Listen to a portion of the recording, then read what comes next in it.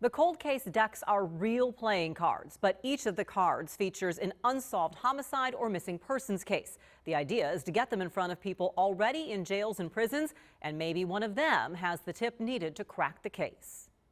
Kansas has several hundred cold cases where investigators exhausted all known leads, but it doesn't mean they aren't looking for more. The case really is never closed until it is solved. KBI Director Kirk Thompson and Corrections Secretary Jeff Zamuda hope a special deck of cards might deal the next round of tips. Each card features a photo and information about an unsolved murder. Our population plays cards quite frequently, and as they're sitting there playing cards, it'll create some awareness of these instances that need to be resolved, and maybe generate some conversation or some thought amongst that population, many of whom have either witnessed something, overheard a conversation, and may have some information that can ultimately bring resolution to those circumstances. The idea for cold case decks started in Florida, where tips led to arrests in 3 cases in the first 3 months. About 20 states now have them, including Oregon, South Carolina. Connecticut has solved 20 cases since their cards debuted a decade ago.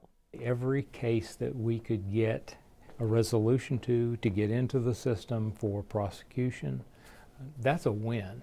It's a win for the families, that's a win for the communities where the offenses took place. There is segments of our population, that incarcerated population, that wants to do some good. They maybe want to atone for what they've done in their past and see an opportunity to help the community or to give back. The KBI and Corrections Department took case submissions from law enforcement across the state. They reviewed a number of factors to select 52 from a range of geographic areas and backgrounds, from the 2013 killings of 4 people in Topeka's Central Park neighborhood to Margaret Teague, who went missing from Manhattan in 1998. Victims' families also were consulted and granted permission. Their reaction, very, very grateful that people still have their loved one in mind and that they've not gone forgotten. While it's important for families, there's a message to the perpetrators too. They're always going to be looking over their shoulder and waiting for that knock on the door when we'll come visit them and hold them accountable for any of these cases.